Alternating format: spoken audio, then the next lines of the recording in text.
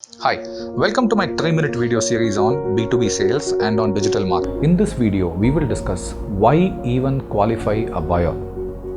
Let's look at the hidden cost when a buyer is not qualified. All of us fall into the usual cycle. We get excited when a buyer wants us to send a quote.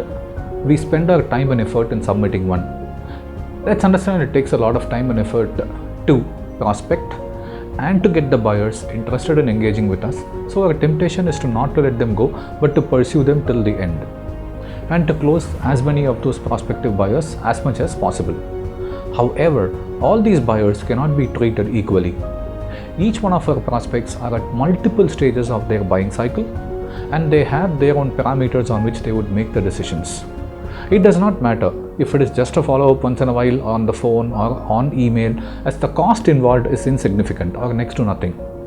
The damage comes in when one of the two conditions will occur. One is having a false positive.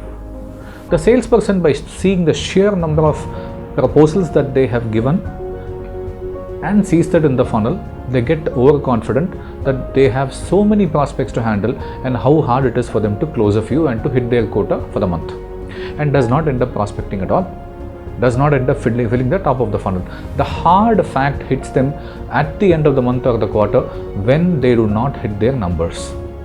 The second issue is involving the others in the company. It is not a secret that companies spend a lot of time and effort and money in making the proposals. The quantum of work involved in understanding the scope, involving the functional experts, management time involved in the closure, of course the pre-sales team as well, is quite a large number.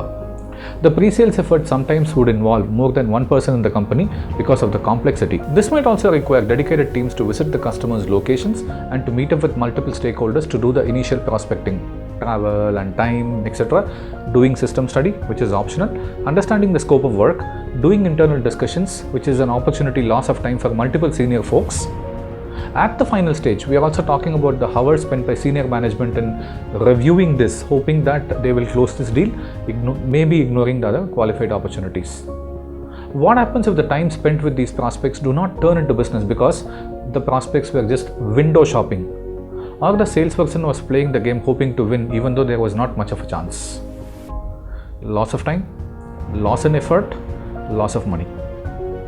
Okay, so it's extremely important to qualify and to understand the chances of us winning the deal and then involving the others in the company after this logical decision has been taken, so that you cut down on all the losses that we discussed above. Connect with ScoVelo Consulting either on the blog or on the social media channels and get the latest insights on B2B sales and on digital marketing. Excited to connect with you again on the next video or on the next blog. Thank you.